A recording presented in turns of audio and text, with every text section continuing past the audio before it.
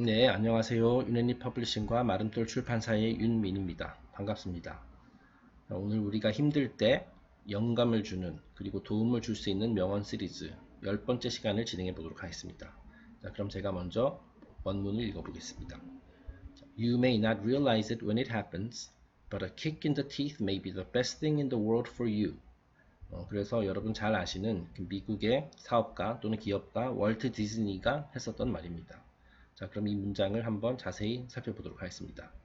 자, you may not realize it when it happens. When it happens. 어떤 일이 일어났을 때, 그 순간. 그 순간에는 you may not realize it.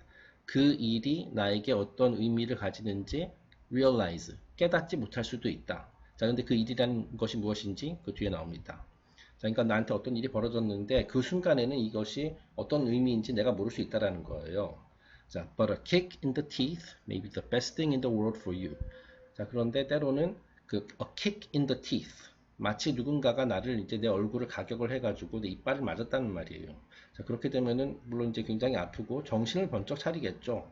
내가 이게 멀쩡히 가고 있는데 누군가가 나를 걷어찼다, 얼굴을 걷어찼다.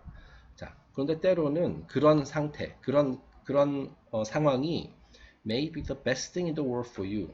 나에게 일어날 수 있는 그 최고의 그 일일 수도 있다라는 거예요.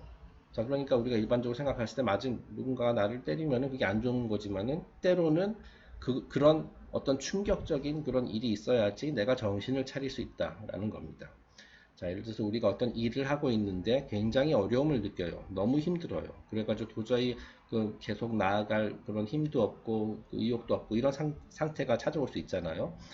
그래서 그뭐 여러 가지 이유가 있겠죠. 그 실제로 그 일이 너무 힘든 일, 내 능력 범위를 벗어나는 일이라서 이제 힘들게 느껴질 수도 있고, 근데 또 이런 경우도 있거든요. 내가 지금 하고 있는 방식이 잘못되어서, 그죠? 여기서 잘못됐다는 것은 뭐 이제 나쁘다는 뜻이 아니라 효율적이지 않은 방법, 그죠? 약간 미련한 방법.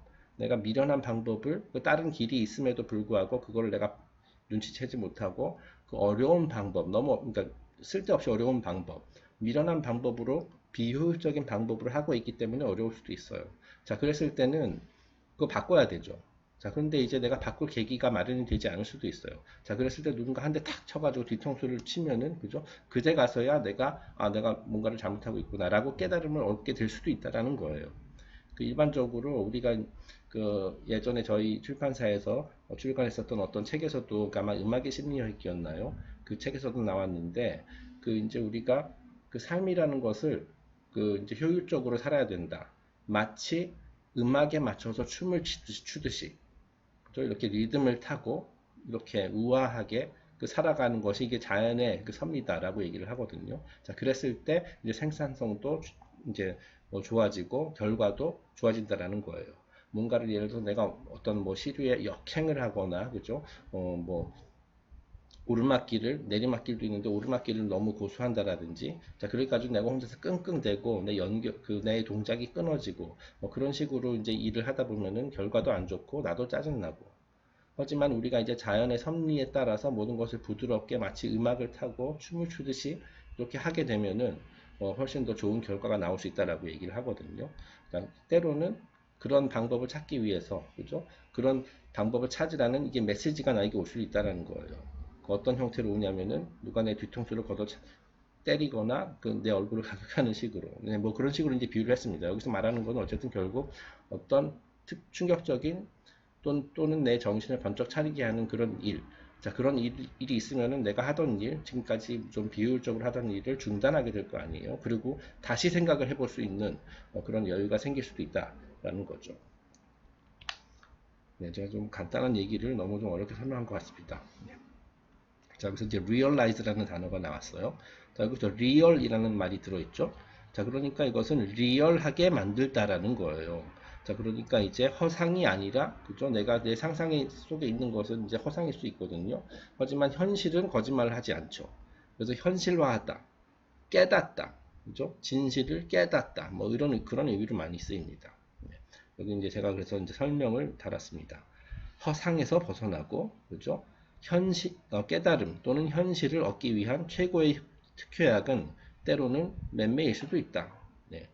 내가 그 삶의 시련이라는 형태로 다가올 수도 있고 역경이라는 형태로 다가올 수도 있고 내 정신을 번쩍 차리게 만드는 어떤 그런 사건, 잊혀지지 않는 그런 사건, 그런 게 이제 때로는 필요할 수도 있다라는 거예요.